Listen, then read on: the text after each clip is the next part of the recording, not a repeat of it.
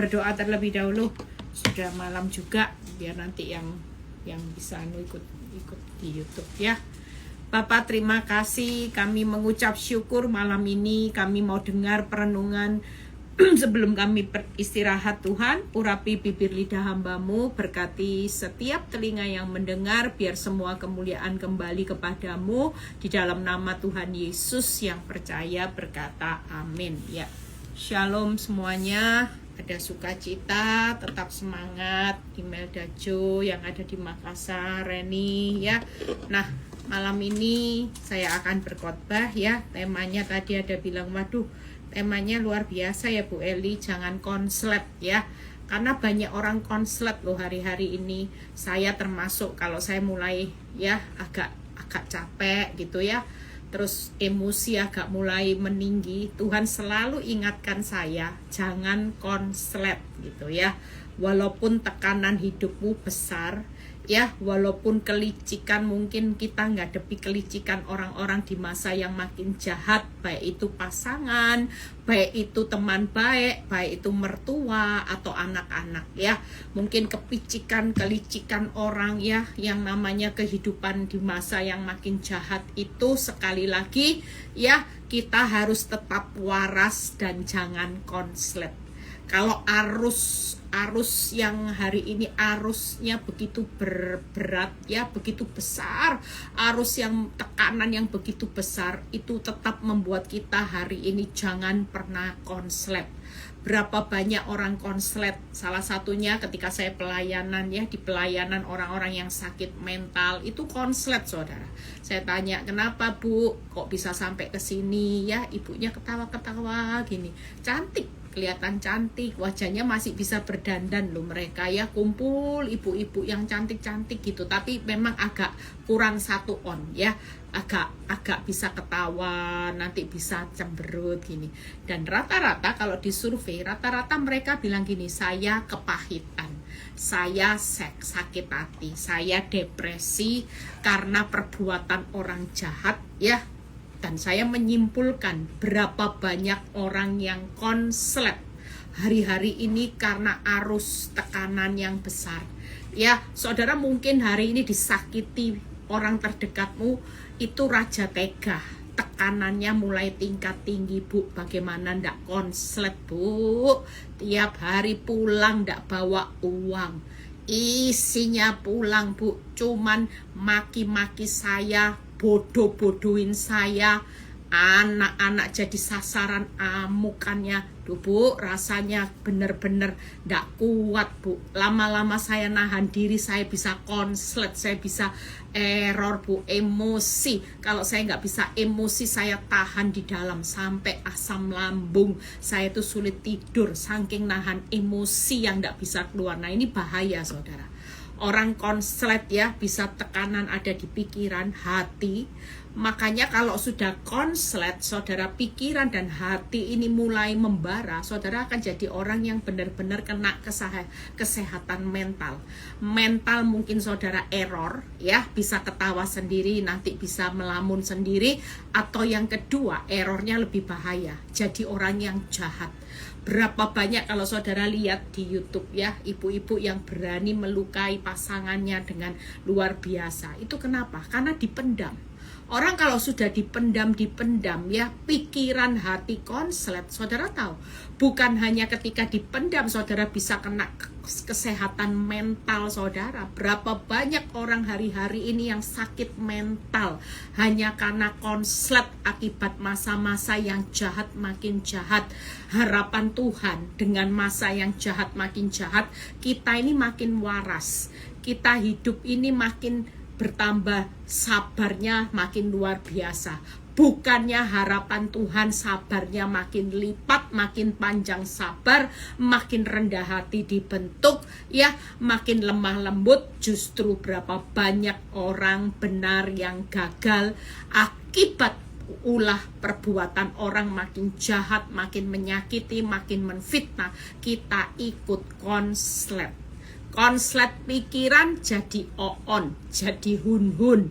Akibatnya saudara akan minum obat depresi. Lama-lama obat depresi sudah tidak mengatasi, saudara akan dibawa ke salah satu rumah sakit, yaitu rumah sakit jiwa. Tangkep ya, makanya hari ini percayalah kalau itu tidak melampaui kekuatan saudara yang membuat saudara konslet karena saudara salah dalam berespon. Makanya malam ini ya firman Tuhan, saya waktu dapat rema jangan konslet karena beberapa hari ini pesan yang bagus loh. Saudara percaya hari-hari ini jadikan rema. Kalau pasanganmu mulai membuat engkau marah, langsung katakan jangan konslet. Ingat tuh langsung. Ya, begitu saudara mau emosi, saya juga mulai ngomong dengan diri saya sendiri. Kalau saya sudah mulai dengar orang jengkelin saya langsung Roh Kudus mengingatkan jangan konslet. Begitu mau marah ingat konslet, langsung saya sadar. Saya langsung bilang, Eli jangan konslet, Eli jangan konslet, Eli sabar, Eli sabar, Eli rendah hati. Walaupun dihina, walaupun direndahkan, Eli tetap rendah hati, tidak konslet, harus sabar, sabar, rendah hati. Itu yang kita lakukan. Tangkep ya. Jadi sekali lagi dengan jangan konslet ini akan jadi rem saudara. Alarm buat saudara yang gampang emosi, yang gampang marah, yang gampang sakit hati, yang dikit-dikit sensi, pelayanan dikit-dikit sensi. Gara-gara saat pelayanan ada seorang yang bercerita, Bu, gara-gara ada satu orang ibu yang memang orang berada, Bu. Dia punya uang banyak, gara-gara satu orang ini masuk sifat sombong, sikap bosi, karena dia memang banyak uang. Dia main perintah seenaknya sendiri, keputusannya minta diperhatikan. Pada awalnya sebelum ibu ini masuk, komunitas kami baik-baik, tapi gara-gara satu orang toksit, Bu, saya ikut emosi. Saya bilang, Bu, jangan ikut konslet. Gara-gara orang satu konslet, seharusnya ibu tidak terpengaruh konslet. Seharusnya ibu tetap jadi anak Tuhan yang jadi terang di tengah konsletnya banyak orang. Hari-hari ini banyak orang konslet loh saudara. Lihat di jalan aja, lihat ya, banyak orang konslet. Setir mobil dipotong sendiri, dikit emosi sampai potong-potongan, akhirnya bertabrakan, kecelakaan. Itu kenapa? Karena banyak orang konslet hari-hari ini. Kenapa? Karena tekanan hidup yang makin besar. Saya percaya seisi rumah aja dengan tekanan hidup, masalah yang luar biasa menekan. Ya suami aja bisa konslet. Setelah suami konslet menekan istri ikut konslet, anak-anak jadi korban. Saudara tahu iblis itu bersorak-sorai. Saudara bisa bayangin kalau seorang suami konslet, istrinya ndak bisa waras, ikut konslet, anak-anak pasti konslet saudara. Tapi kalau satu suami konslet, istri tetap waras, maka anak-anak akan lihat yang waras yang mana, itu yang akan dipilih. Tapi kalau dua-dua konslet, saudara akan menghasilkan generasi yang juga konslet. Ini penting saudara. Makanya mulai hari ini terapkan kata konslet. Saya berapa hari ini dengar kata konslet saudara. Saya cuma bilang ini konslet gitu ya. Tapi ternyata kata-kata ini terus terngiang-ngiang di telinga saya, konslet gitu. Jadi tiap kali saya mau emosi jangan konslet, langsung saya bilang jangan konslet gitu ya. Pikiran waras, hati damai. Lu jujur, kalau orang gampang konslet, pikirannya pasti pikirannya negatif. Hatinya pasti pahit, sakit hati. Itu hati konslet, pikiran konslet, hati konslet, perbuatan ikut konslet semuanya. Makanya kata-kata konslet ini bagus. Coba mulai besok malam ini praktek. Saudara yang lagi menghadapi orang konslet di sekitar saudara, baik itu komunitas, mungkin suamimu, mungkin istrimu, mungkin anak-anak yang lagi konslet semuanya, saudara mulai ingatkan, aku ndak boleh konslet. Dan saya konseling tadi pagi seorang ibu yang konseling, Bu, gimana Bu, saya punya anak ya yang lagi ngalami stres konslet juga, sehingga mereka rata-rata sudah melenceng Bu ya, rata-rata Bu ndak bisa diomongi. Sampai Bu nggak mau belajar, lihat yang namanya online terus main gadget, ya main game, dikasih tahu saya dilawan Bu. Konslet sudah Bu. Saya bilang, ibu percaya, walaupun tekanan besar, satu hal yang saya pegang sampai hari ini, dan Tuhan itu pasti membuktikan apa yang difirmankan. Apa saudara? Kalau ibu tetap jadi orang benar, nggak ikut konslet di tengah tekanan hidup, percayalah, Tuhan tetap memperhitungkan keturunan orang benar itu tetap ada dalam pemandangan Tuhan. Sejatuh-jatuhnya anak ibu dalam pergaulan, dalam kekonsletan karena tekanan hidup, suatu kali Tuhan tetap melihat ini keturunannya siapa. Kita tidak bisa merubah manusia, kita tidak bisa. Saya terlalu percaya anak-anak nanti akan berproses dengan Tuhan dan mengalami titik balik. Mereka akan jadi keturunan orang benar yang pasti diberkati. Jangan takut, Tuhan itu tidak pernah lupa atas keturunan orang benar. Makanya kalau jadi orang yang waras, tidak konslet, anak-anak saudara itu selalu ada di dalam pemandangan Tuhan. Mereka tetap ada di dalam perlindungan Tuhan, mewarisi bumi. Itu sebabnya kalau punya anak-anak yang bermasalah, jangan takut, bawa mereka dalam doa, dan kita jangan konslet. Kita pastikan tetap jadi orang benar, supaya keturunan kita, walaupun masalah tekanan boleh terjadi atas kehidupan mereka, percayalah kalau keturunan orang benar, Tuhan pasti perhitungkan. Anak-anak keturunan kita akan dibawa Tuhan semua menjadi anak-anak yang baik karena apa yang kita tabur. Tangkap ya. Makanya hari ini yuk kita belajar. Satu hal yang saya ambil ayatnya, yuk bagaimana 3 hal yang saya pelajari. Kalau kita tidak mau jadi orang yang konslet, ingatkan, waktu saudara ditekan seperti apapun, dipepet orang seperti apapun, jujur kalau hari-hari ini orang menghadapi orang yang makin jahat, raja tega, siapa yang tidak konslet saudara? Saya kalau dengar konseling ibu-ibu itu aja kadang-kadang saya bilang ini, Tuhan keterlaluan loh Tuhan, punya pasangan hidup seperti ini keterlaluan. Jujur ada banyak ibu-ibu yang mengalami tekanan dari mulut suami yang konslet saudara. Bukan hanya mereka selingkuh, tapi mulut mulai berubah kasar. Kalau ngatain suami ngatain istri sudah kasarnya minta ampun saudara. Bahkan kalau ngatain kamu istri, ya istri sudah ndak cantik, sudah istri bego, semua kebun binatang itu semua ada. Bahkan yang saya pernah cerita, beberapa ibu-ibu diludahi saudara. Bayangin kalau sudah dikatai kebun binatang, diludahi semua, kira-kira saudara bisa jadi orang tenang tanpa Tuhan? Jelas kita pasti jadi orang konslet saudara. Tanpa firman kita akan semua konslet, termasuk saya saudara. Orang bertahun-tahun disakiti, jangankan 10 tahun ke atas, 7 tahun aja tanpa kasih Tuhan, saya pasti jadi orang yang jahat saudara. Pernah ceritakan satu kali saya pelayanan di penjara. Saya duduk, saya khotbah, saya lihat yang mengiringi musik itu orang yang kalem saudara, cantik gitu ya. Kalau ngiringi musik itu sambil gini. Terus saya duduk selesai khotbah, saya tanya, itu kenapa cantik ya, masih muda? Iya Bu, cantik. Dia baru masuk berapa bulan. Saya tanya, apa kesalahan dia masuk ke penjara ini? Hukumannya berapa tahun? Lama Bu. Kenapa? Narkoba, saya tanya. Ya masih muda, cantik, main musik. Jujur, kalau orang suka main musik itu biasanya hatinya itu lembut saudara. Tangkap ya. Orang kalau sudah bisa mengaluni musik dengan seperti ini, itu biasanya menurut teori mereka adalah orang-orang yang lembut. Tapi begitu sebelah saya sesama Nabi jawab, bukan Bu, bukan narkoba, dia habis membunuh suaminya. Kaget saudara. Cuman saya berkata, makanya kalau kita hari ini nggak ada kasih Kristus, kita semua konslet kok, konslet. Kemarin saya ngomong sama anak saya yang besar, dia bilang gini, Mam, orang memang ngampuni itu nggak gampang. Kalau kita ini nggak punya firman ya Ma, mengampuni nggak bakal bisa. Jelas. Kalau kita tidak dengar-dengaran apa kata Tuhan, ngampuni itu tidak gampang loh saudara.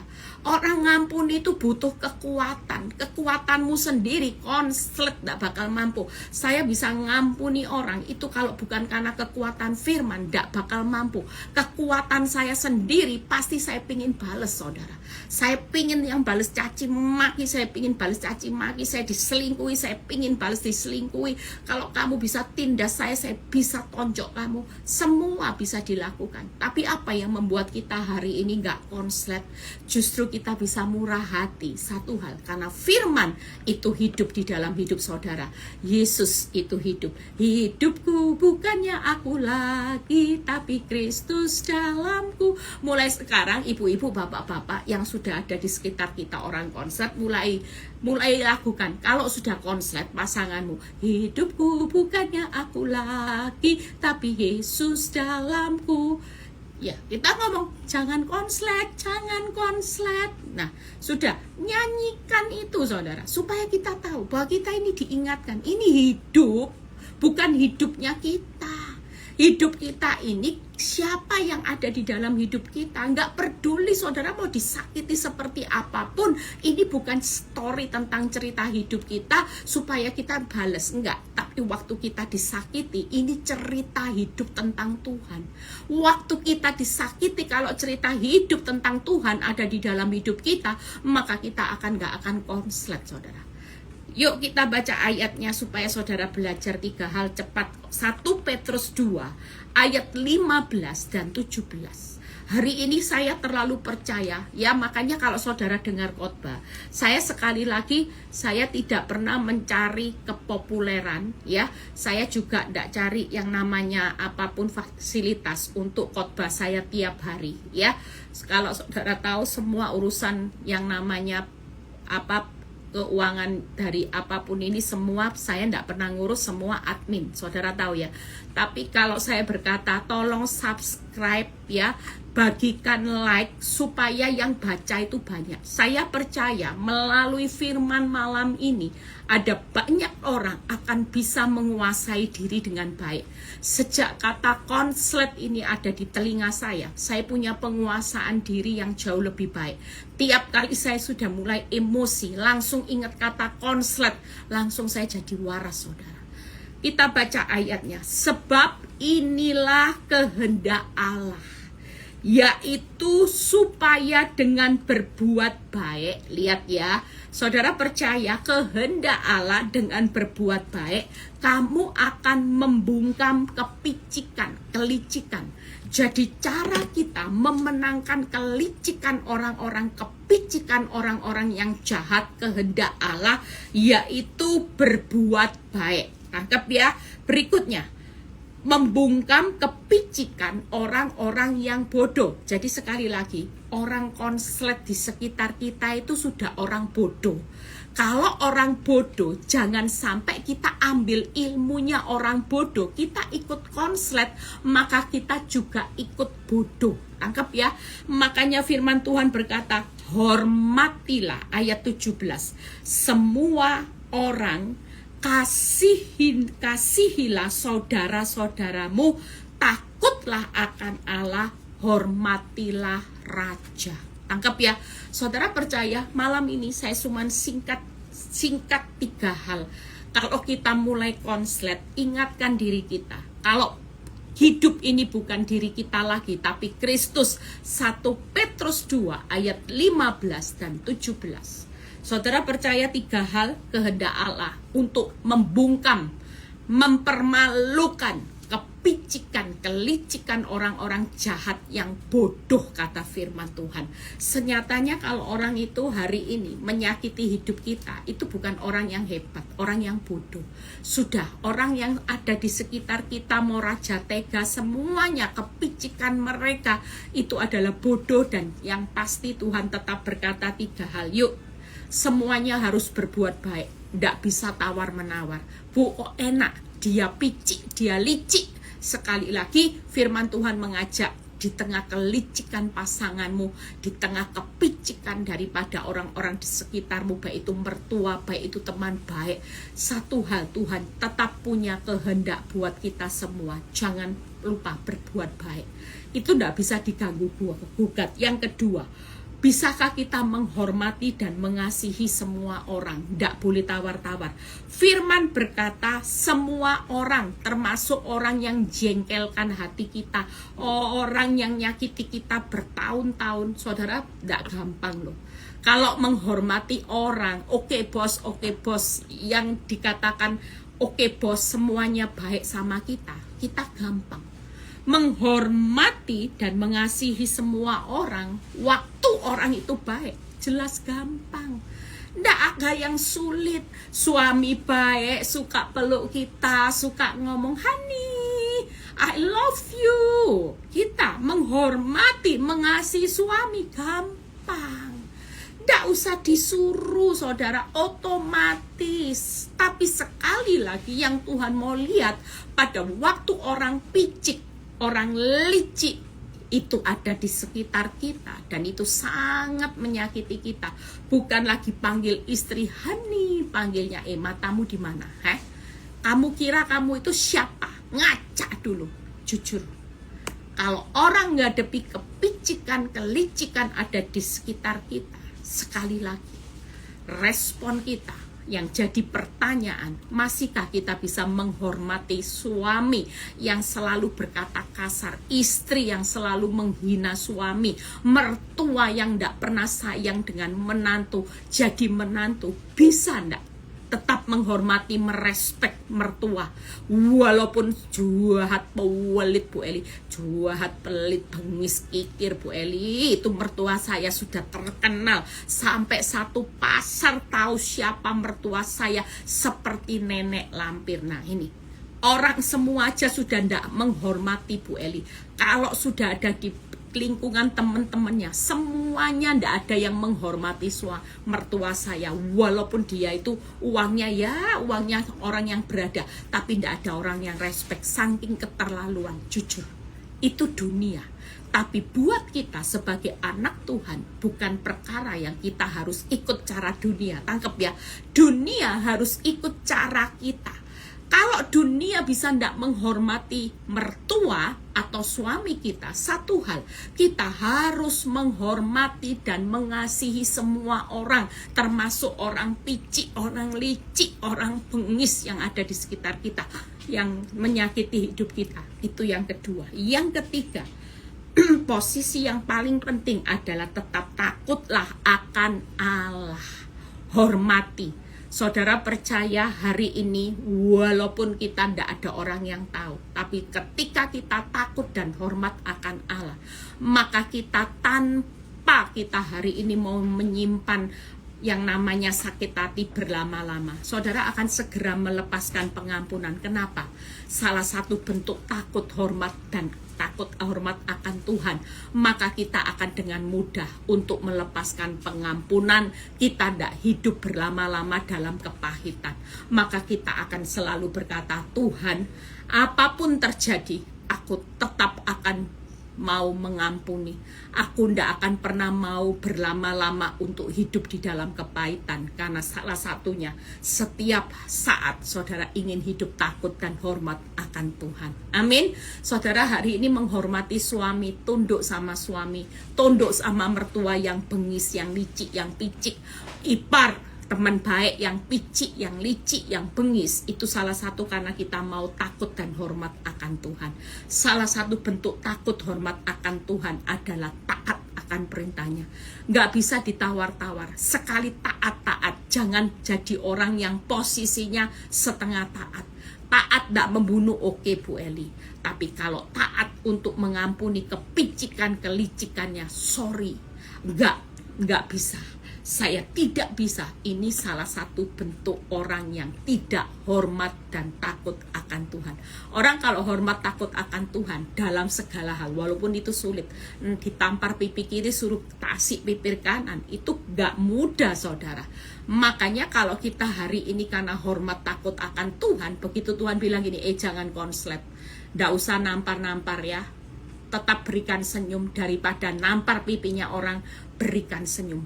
Pipimu berikan senyum buat hidupnya. Udah gampang saudara. Kalau memberi senyum buat orang yang nyakiti kita, yang baik sama kita gampang. Tapi kalau yang nyakiti kita, kita mau melakukannya. Kenapa? Karena kita mau hormat dan takut akan Tuhan. Tidak ada orang taat pilih-pilih. Seluruh perintah Tuhan itu tidak boleh satu pun yang saudara tidak taati. Kita harus taat. Nah, 3 hal cepat. Berbuat baik, hal yang simpel di Galatia 6 ayat 9 yang sering kita dengar. Janganlah kita jemu-jemu berbuat baik, karena apabila sudah waktunya kita akan menuai jika kita tidak menjadi lemah. Menjadi lemah itu apa? Konslet sekali lagi. Ada banyak orang sudah tahu jangan jemu-jemu ya nak, berbuat baik. Karena kalau sudah waktunya, yang nuai ya kamu sendiri. Yang nikmati ya kamu sendiri, bukan tetanggamu. Saudara berbuat baik sama suami sampai hari ini, tidak ada perubahan, makin parah, tidak ada ruginya. Karena firman Tuhan jelas berkata, nak, walaupun yang dilayani masih konslet, kamu jangan konslet. Tetap terus berbuat baik, karena suatu kali akan datang waktunya kita akan menuai. Saudara percaya berbuat baik itu tidak ada urusannya dengan orang mau berbuat baik terlebih dahulu. Kita berbuat baik itu karena kita hari ini mau taat sama Tuhan. Kita berbuat baik hari ini karena kita tahu suatu kali perbuatan baik itu pasti menuai baik. Tangkep ya. Kalau perbuatanmu hari ini konslet ya saudara, menuai konslet nanti. Tidak akan ada upahnya. Dan lihat berikutnya, jika kita tidak menjadi lemah. Seringkali tuaian baik kita, karena kita setengah baik, kadang bisa baik Bu Eli, kadang konslet, kadang ya bisa baik, kadang konslet. Iya, oke, namanya manusia, konslet pasti bisa, tapi jangan lama-lama. Begitu sadar jangan konslet mulai. Saya kalau sudah konslet saya mulai marah ya. Saya langsung begitu disadarkan jangan marah. Saya langsung berkata, maaf ya, saya tadi salah dan sebagainya. Saya lagi konslet. Saya ngakui saudara, saya lagi konslet, saya minta maaf ya atas semua kesalahan saya. Saya ngakui, termasuk sama pembantu saya, termasuk juga sama mama saya. Tanya mama saya kalau sudah marah saya konslet mungkin gitu. Namanya orang konslet saudara.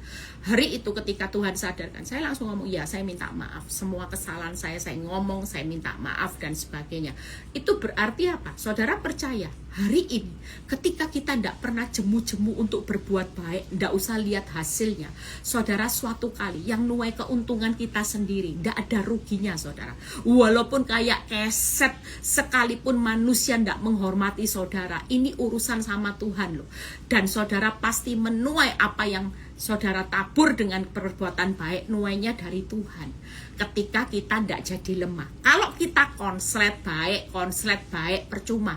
Orang kalau konslet baik itu seperti minus plus itu nanti hasilnya apa? Kalau plus minus itu hasilnya minus. Tapi sekali plus hasilnya menuai plus. Tangkep ya, plus minus nanti minus saudara. Makanya kita tidak lihat hasil nuai apa-apa. Satu hal yang pertama, jangan pernah jemu-jemu berbuat baik. Jangan menjadi lemah atau capek untuk berbuat baik. Yang ketiga, jangan pernah menuntut balasan dalam berbuat baik. Sekali lagi banyak orang konslet karena menuntut balasan baik. Aku sudah baik loh.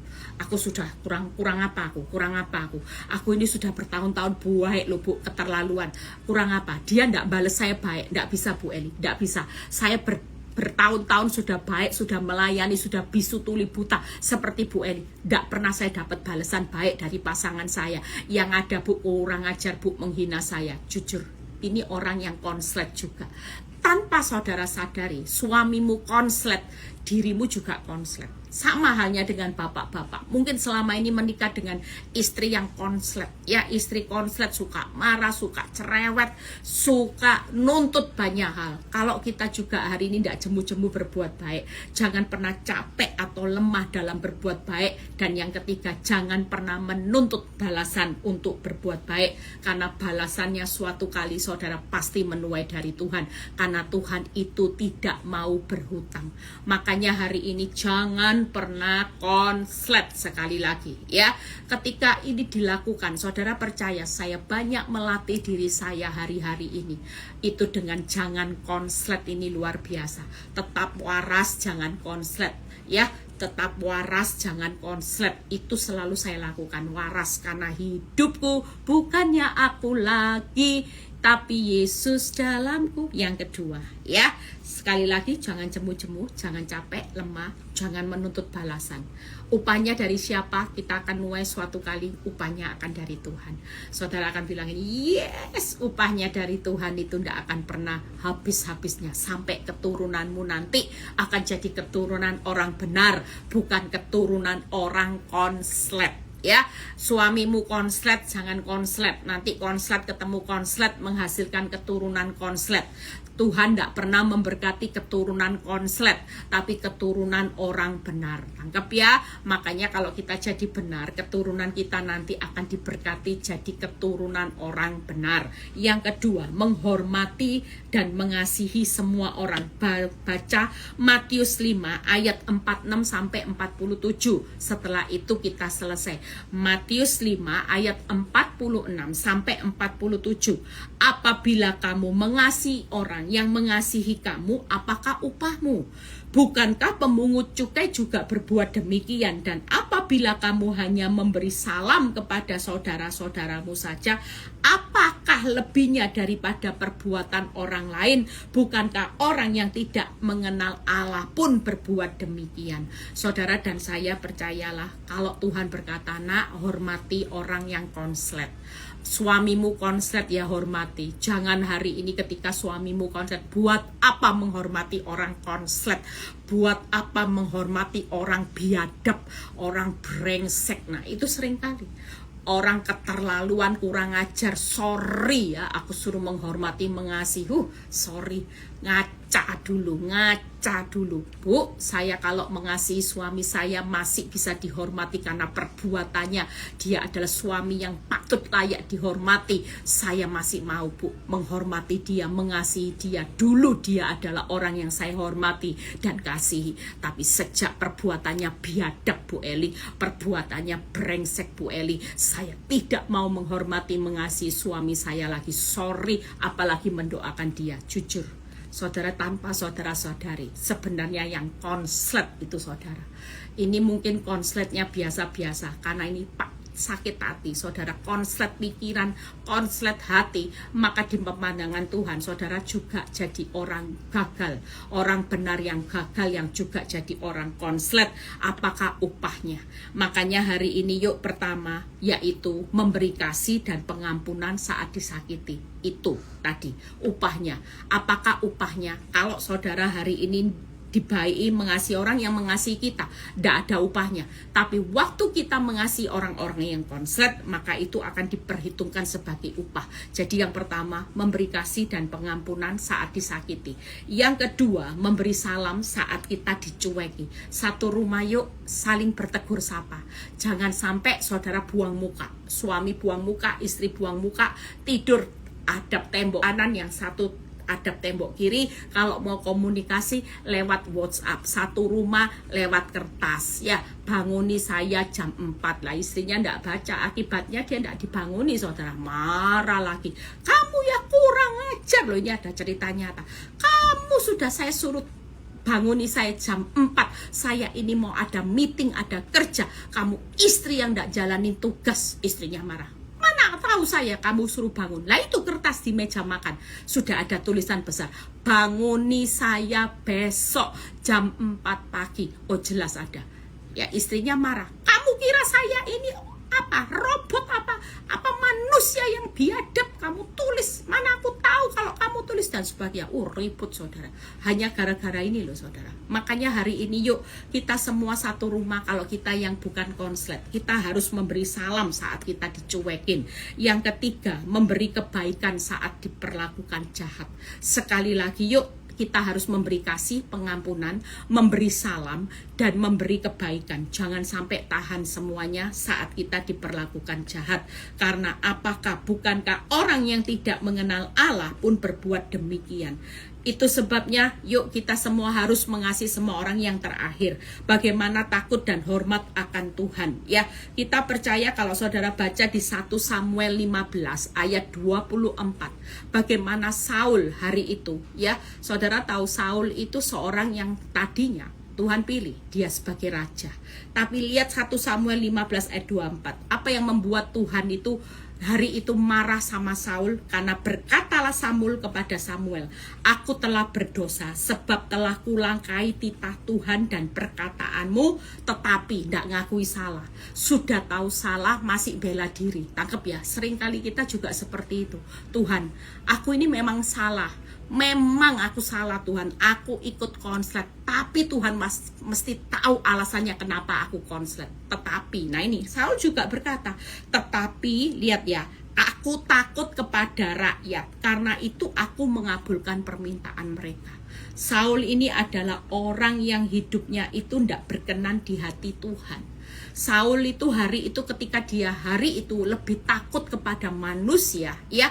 Kita hari ini jujur sebagai orang benar, kita ini hari-hari ini harus kejar perkenanan Tuhan. Jangan sampai karena kita hari ini takut ya dengan manusia atau takut tidak dihormati orang juga, kita juga ikut konslet. Kita hari-hari ini jangan sampai seperti Saul ya, hanya karena kita hari ini takut, misalnya kita bekerja, kita takut tidak dipromosikan, kita hari ini kumpul di dalam komunitas, kalau tidak ikut-ikutan gaya hidup mereka. Ada satu orang yang berkata, Bu, suami saya dulu baik, tapi gara-gara masuk komunitas yang dikata-katai, kamu adalah suami yang takut istri, kamu adalah suami yang tidak berguna, tidak mungkin suami harus takut istri. Gara-gara perkataan seperti itu, orang konslet didengar, suaminya sejak hari itu mulai berontak sama istrinya. Makanya hari ini yuk kalau saudara baca di Kisah Rasul 13 nanti baca ya ayat 22 dan 23. Bagaimana kehidupan tentang Daud, Allah menyatakan, aku telah mendapat Daud bin Isai, seorang yang berkenan di hatiku. Apa? Yang melakukan segala kehendakku. Itu dari keturunannya lah, sesuai dengan yang dijanjikan, Allah telah membangkitkan juru selamat. Orang yang hari ini bisa takut dan hormat kepada Tuhan adalah orang yang mendapat privilege. Saudara percaya, jangan sampai ya saudara hari ini tidak takut hormat sama Tuhan. Gara-gara harga diri saudara ikut terpancing emosi. Saudara percaya, ampuni. Kalau Tuhan berkata ngampuni, saudara hidup harus takut hormat akan Tuhan. Hari ini pastikan yang pertama, hidup berkenan di hati Tuhan, hidup melakukan segala kehendaknya, dan hidup hormat kepada Tuhan daripada kepada manusia. Saudara tidak perlu takut ya. Ada seorang ibu yang bercerita, saya sudah selesai 3 hal ini. Yuk, tidak sulit, mulai hari ini diterapkan jadi PR buat kita. Setiap hari ya Bu Eli, setiap hari. Apalagi nanti tanggal 10 kita masuk doa puasa, doa sepakat. Saya percaya waktu kita doa sepakat dengan Tuhan itu pasti dahsyat, asal kita bisa jaga hati, tidak konslet. Makanya firman ini adalah persiapan buat kita masuk doa puasa 40 hari, supaya selama 40 hari kita tetap jadi orang yang waras, tidak konslet, supaya kita menghasilkan kuasa doa sepakat. Kita mau sehati, ayatnya di Roma 15 ayat 6 yang saya dapat. Kita mau satu hati, satu suara dengan Tuhan, bukan suara kita lagi. Enggak Tuhan, saya enggak bisa ngampuni, sorry Tuhan. Enggak Tuhan, saya enggak mau. Jujur hari-hari ini jangan pernah takut. Seorang istri yang bercerita gini, Bu, hari ini saya dipanggil sama suami saya. Dia panggil saya, dia bilang gini, aku akan membatalkan menceraikan kamu, asal ada syaratnya. Syaratnya apa? Mulai hari ini kamu harus berdamai dengan wanita tobat. Kamu harus ketemu dia, bersalaman, berpelukan, dan kamu harus siap untuk menjadi dia istri kedua, kamu istri pertama. Bila perlu, suatu kali kita akan pergi bersama-sama, kamu makan bersama-sama, kita menjalin hubungan silaturahmi yang baik bersama-sama. Aku akan batalkan gugatan ceraiku segera, tidak akan aku lanjutkan ke pengadilan. Aku sudah diskusi sama wanita tobat dan wanita tobat menyetujui bahwa dia jadi yang kedua, kamu tetap yang pertama. Hari itu ibu itu telepon, dia diberi waktu hanya untuk 2 hari. Ya, 2 hari kerja. Saya berkata, 2 hari kerja ya Bu? Dia ketawa. Ya ampun, saya bilang, Bu gimana Bu? Ini putusan yang gak gampang Bu Eli. Saya cuma bilang gini, Bu, ibu lebih hormat siapa? Saya lebih hormat Tuhan. Oke, kalau ibu lebih hormat akan Tuhan gampang. Sekali lagi, jangan pernah kompromi dengan dosa hanya takut dicerai. Bu, kalau dicerai saya kan gak kerja, nanti terlunta-lunta uang dari mana Bu Eli? Semua diancam Bu. Iblis itu suka ngancam kok. Waktu mencobai Tuhan Yesus di padang gurun kan iblis sukanya ngancam. Ngancam-ngancam. Itu namanya intimidasi. Ibu percaya, hari ini saya dapat ayat di Matius 5 ayat 10.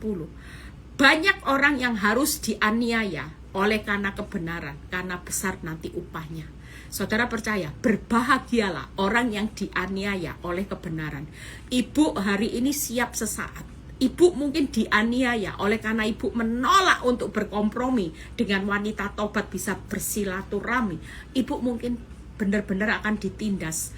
Mungkin ibu akan diperlakukan tidak baik, mungkin surat gugatan cerai akan dilanjutkan dan sebagainya, nanti uang akan dipotong dan sebagainya. Mungkin itu terjadi, tapi sekali lagi ibu harus siap di akhir zaman dianiaya oleh karena ibu mempertahankan kebenaran. Bu, lebih besar mana? Berkat suamimu sama berkatnya Tuhan? Dia jawab, berkatnya Tuhan. Jelas. Kalaupun berkat suamimu ditutup, berkat Tuhan tidak pernah nutup Bu. Bahkan berkat Tuhan pasti melimpah-limpah. Ibu sekali lagi hiduplah berkenan di hadapan Tuhan. Ibu hari ini lakukan segala kehendaknya. Tidak ada yang namanya bisa kompromi dosa. Dan ibu tetap hormat kepada Tuhan daripada manusia. Itu langkah yang ketiga. Kalau itu sudah terjadi, saudara percaya, malam ini kita mau tidur, istirahat, siapkan hati kita baik-baik. Tuhan lagi lihat hati saudara. Hari ini menghadapi orang konslet 3 hal. Ya, tetap berbuat baik, jangan jemu-jemu. Ya, jangan pernah capek, lemah. Berbuat baik itu tidak ada berhentinya saudara. Dan tidak usah nuntut balasan. Kalau orang gagalnya, orang bisa jadi lemah karena banyak orang lihat balasannya. Tangkep ya, Bu, sudah baik, sudah ngalah, sudah ini nggak dibales baik loh Bu, malah saya ditinggali terus, yang sana dipuji-puji. Ada berapa banyak istri-istri yang hari ini harus menerima cacian, sementara wanita tobat dipuji cantik, bijaksana, sabar. Dia adalah perempuan yang bisa mengerti saya apa adanya, sementara dirimu sama sekali tidak bisa mengerti hidupku apa adanya. Jujur ini perkataan yang menyakitkan, tapi sekali lagi yuk jangan pernah lihat balasannya. Sekali berbuat baik tidak usah lihat balasannya. Amin. Yang kedua yaitu hormati kasih semua orang.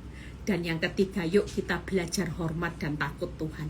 Kalau itu jadi pegangan hidup kita, saya terlalu percaya setiap langkah hidup saudara akan ada rem yang akan mengingatkan, oh hidupku bukan aku lagi, tapi Kristus yang hidup di dalam kehidupan kita. Sehingga ketika iblis bilang gini, marah, buales, keterlaluan, itu orang picik, licik, bengis.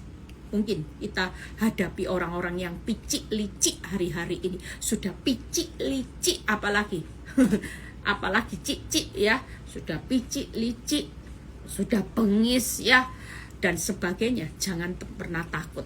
Pastikan hari ini kita tidak akan pernah konslet menghadapi mereka. Kenapa? Karena kita hari ini mau belajar untuk taat melakukan kehendak Bapa. Pastikan saudara akan menikmati upah apa yang saudara tabur hari-hari ini dengan kepicikan, kelicikan orang, dengan kebebalan orang ada di sekitar kita. Maka justru kita menuai berkat yang melimpah-limpah. Saya jujur hari ini saya bisa menikmati berkat yang menurut kacamata saya, bukan kehebatan saya. Kenapa? Karena saya belajar untuk menabur yang baik tanpa pernah menuntut balasannya. Walaupun balasannya sangat menyakitkan hati, tapi sekali lagi saya sudah tidak pernah lagi menuntut balasan apapun dari orang-orang yang nyakiti saya. Baik itu kewajiban saya. Urusan dia bisa baik atau enggak, itu bukan urusan saya lagi. Yang penting bagian saya sudah menyelesaikan kehendak Bapa dengan luar biasa. Tuhan Yesus memberkati, istirahat, tenang, nyenyak. Ya, saudara tetap semangat. Hari ini ingat ya, tidak boleh kalau mulai marah nyanyi aja, hidupku bukan aku lagi tapi Kristus. Jangan konslet, tetap waras, karena kita adalah anak Allah. Tidak ada yang namanya anak Allah, orang benar itu konslet. Tidak ada, saudara. Kita pasti tidak akan gampang konslet. Yang konslet biarin konslet, tapi kita tetap sebagai orang benar yang selalu berbuat baik, menghormati, mengasihi semua orang, hormat dan takut akan Tuhan. Tuhan Yesus memberkati. Yuk kita berdoa ya. Kalau bisa besok ketemu saya lagi, mungkin agak malam juga ya, hari Kamis ya. Yuk, Tuhan Yesus memberkati. Bapa, terima kasih. Malam ini kami sudah mendengar firman yang menjadikan kami tidak mau konslet Tuhan, tidak mau dikit-dikit sensi Tuhan. Sekalipun kami tidak dihormati, kami tidak disayangi, orang-orang yang kami cintai, orang-orang yang kami sayangi, orang-orang yang kami hormati, orang itu tidak bisa menghormati kami. Sekalipun kami tetap mau menjaga respon hidup kami tidak akan pernah konslet Tuhan. Kami tetap mengingatkan siapa kami adalah anak Allah yang punya karakter Kristus, punya benih ilahi yang tidak mungkin kami bisa konslet hari ini. Terima kasih Bapak, kalau sebentar kami mau istirahat, biar kami sudah melepaskan pengampunan sakit hati sampai hari ini yang belum bisa kami lepaskan. Malam ini adalah malam di mana breakthrough terjadi. Kami sudah tidak mau lagi kepahitan, kebencian, kemarahan dengan orang-orang yang menyakiti hati kami, tapi kami hari ini melepaskan berkat pengampunan kasih buat orang-orang yang menyakiti kami. Terima kasih Tuhan Yesus. Kalau sebentar kami mau berpisah satu dengan yang lain, biar kami menerima berkat Tuhan yang dicintainya pada waktu tidur. Angkat kedua tangan saudara, terimalah berkat Tuhan, berkat Abraham, Ishak, Yakub. Damai sejahtera Allah Bapa, Putra dan Roh Kudus menyertai saudara dan saya mulai saat ini sampai Maranatha Tuhan Yesus datang kedua kali. Yang diberkati dan percaya berkata amin. Selamat istirahat anak-anak Allah yang luar biasa ya. Kita akan menikmati keturunan anak orang benar, bukan orang konslet lagi. Tuhan Yesus memberkati.